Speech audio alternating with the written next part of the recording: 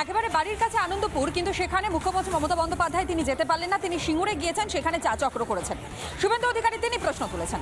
অন্যদিকে আপনাদেরকে জানাই যে 10 লক্ষ টাকা শুধু ক্ষতিপূরণ নয়, প্রত্যেকটি ক্ষতিগ্রস্ত পরিবারকে 50 লক্ষ টাকা করে ক্ষতিপূরণের দাবি জানাচ্ছেন রাজ্যের বিরোধী দলনেতা শুভেন্দু অধিকারী, এবং কোনো কন্ট্রাকচুয়াল নয়, তাদের স্থায়ী চাকরির ব্যবস্থা করতে হবে।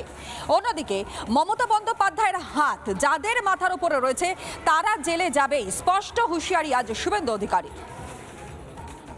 আমাদের ময়নার এমএলএ, প্রাক্তন ভারতীয় দলের ক্রিকেটার সদস্য অশোক দিন্দা এবং এলাকার ভারতীয় জনতা পার্টির তরুণ নেতারা তারা লাগাতার 72 ঘন্টা পরিষেবা দিয়েছে। প্রত্যেকটি নিখোঁজ পরিবারকে তাদেরকে শেল্টারে রাখা, তাদেরকে নিয়ে গিয়ে 27টা ডায়েরি করানো, তাদের পরিবারের লোককে যাতায়াতের ব্যবস্থা করা, সবটাই ভারতীয় জনতা পার্টি করেছে। আমাদের মিডিয়ার সামনে এসে তু খিচ মেরি ফটো মমতা ব্যানার্জির মতো করতে হয় না। আমরা মোদিজির সৈনিক, আমরা নীরবে নিঃশব্দে এই কাজগুলো করেছি।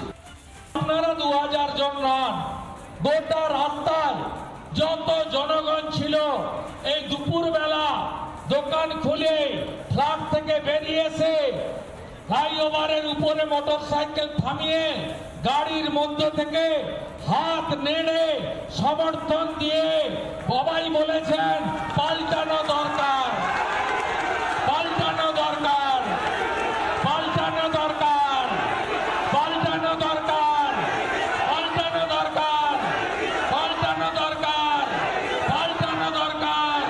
সবাই বলেছেন নো ভোট্টু, নো ভোট্টু, নো ভোট্টু, বাঁচতে চাই, বাঁচতে চাই, বাঁচতে চাই।